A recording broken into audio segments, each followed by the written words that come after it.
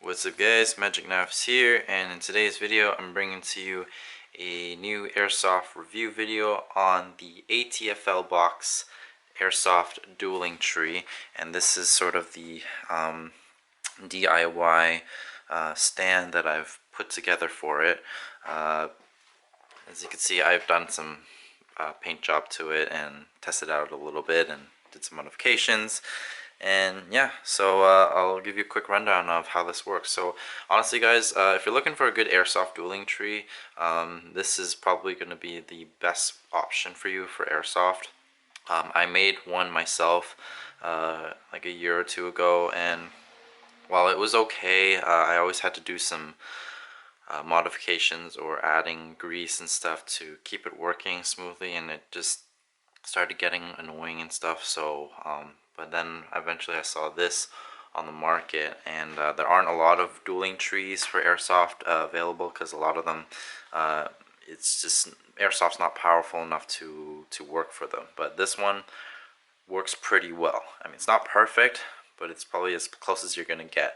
So as you can see, it'll come with a little stand just like this, and then you have all the actual like mechanism with the hinges and such, just like that. Okay, it's very smooth, very light, and you want it to be light because obviously this is airsoft. The targets are not going to be, the BBs aren't going to have enough velocity to really transfer a lot of energy. Yeah, these targets are about the same size as the ones that I use for my DIY dueling tree. The only modification that I've made is, you'll kind of see, I've placed some magnets on the edges of the targets here. I've super glued these in place because if you just stick them, then they're going to move over time.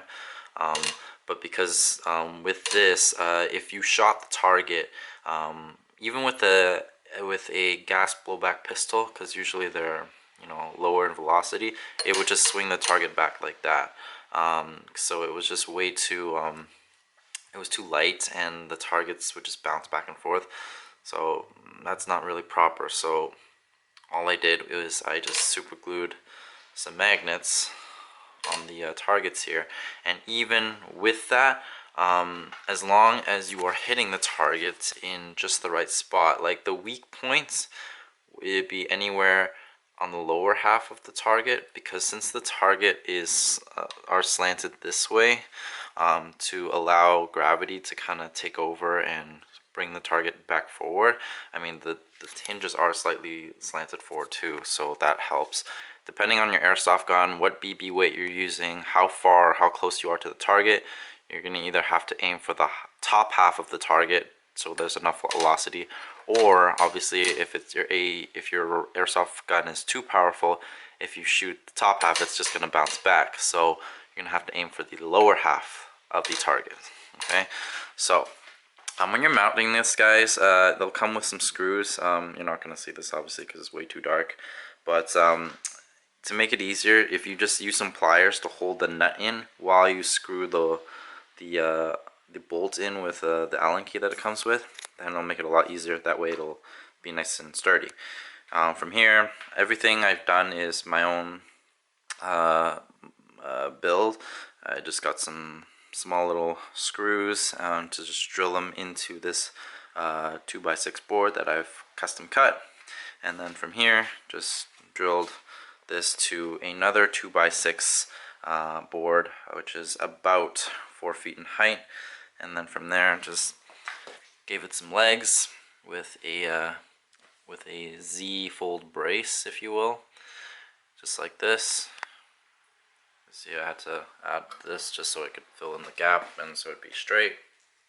And yeah, you might have to obviously play around with the angles of the tree itself, so that way, depending on, again, how close you are, how far you are, what BB weight you're using, how strong your airsoft gun shooting, you'll have to play around with the distance in order to get the maximum performance out of this. It's not going to be perfect because, I mean, again, if you're going to go, pistol versus rifle, for example, which is, pretty common at the airsoft range where I work, it's gonna, obviously the the rifle person's gonna have a bigger advantage over the airsoft pistol user most of the time. So yeah, overall pretty straightforward. Works pretty well. Obviously, I did a really horrible paint job for it, because you can see I tried to do it like this, but obviously paint dripped down because I was stupid. So when you're doing this, obviously if you have the magnets involved, just have it laying on its back on the ground. Make sure obviously you cover the ground or whatever. Spray paint it, and that way you won't get this ridiculous mess that I did. It's not the end of the world. I mean, again, it's just for shooting purposes. It's not meant to look pretty, but yeah, it's definitely, you want to be careful if you're going to do a paint job like this. So I'll do a quick shooting demo for you guys, just so you can see how this works, and hopefully enjoy. Alright, so I'm going to test this out with my Tokyo Marui FN57, and yeah, I'll give this a go. I am shooting this one-handed, obviously, since I'm holding the camera, so luckily I got a flashlight here so you can see things a little easier.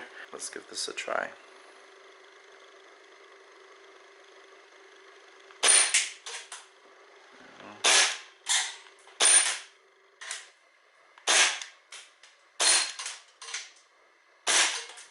Yep. See, I shot it a little bit too high there, so obviously bounce back. Perfect. Now obviously, as you'll notice, sometimes if you're hitting it in the wrong spot, it'll just get stuck at the back. If that happens, just make it part of the game. Like if it gets stuck in the middle, it's basically out of play for the rest of the game, unless it obviously comes back on one of the sides. Okay, so just bear that in mind. It will happen even on the real dueling tree, as far as I'm aware. So don't get too freaked out or frustrated with that. It will happen no matter what. So just have it as part of one of the rules. Like if it gets stuck halfway, then it's basically out of play for the time being, and then you have less targets to worry about. So we'll do this one more time on the other side now and see how it goes from here.